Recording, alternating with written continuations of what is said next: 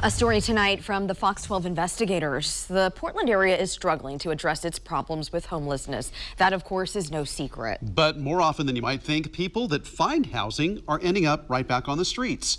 Simon Gutierrez takes a closer look at why and what needs to happen to turn that around. On most days, you'll find Anthony Johnson out cleaning the streets that used to feed his addiction. So I stayed clean for about a year and a half, and then I relapsed. We got a taste of these streets again. Clean and sober now, he understands the struggle the people he sees every day are going through. Because a lot of them got a serious addiction. And when you're in your addiction and you ain't trying to come out of it, you ain't got nobody to talk to. It's hard. And that's something the organizations working to end homelessness are coming to grips with. Of course, we want them to be successful in that housing once they're there, but we can't know in advance for sure that they will be. A report by the City Budget Office this year looked at how often people stay housed once they get off the streets.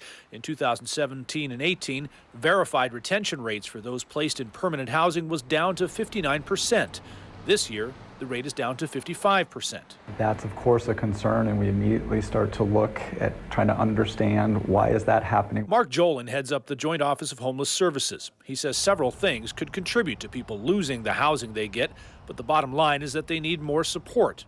And that's where people like Lisa Greenfield come in. I just didn't really know how to be a responsible adult. Greenfield is a peer support specialist at the newly opened Blackburn Center on East Burnside, which provides supportive housing for more than 100 people, offering health care, treatment services, and job training. All things Greenfield said she needed when she was transitioning out of homelessness herself. Just learning how to stay clean, be responsible, budget, learning how to grocery shop. All of those things were kind of a struggle for me at first. A study commissioned by Multnomah County recently found that there's a need for at least 2,000 additional units of supportive housing.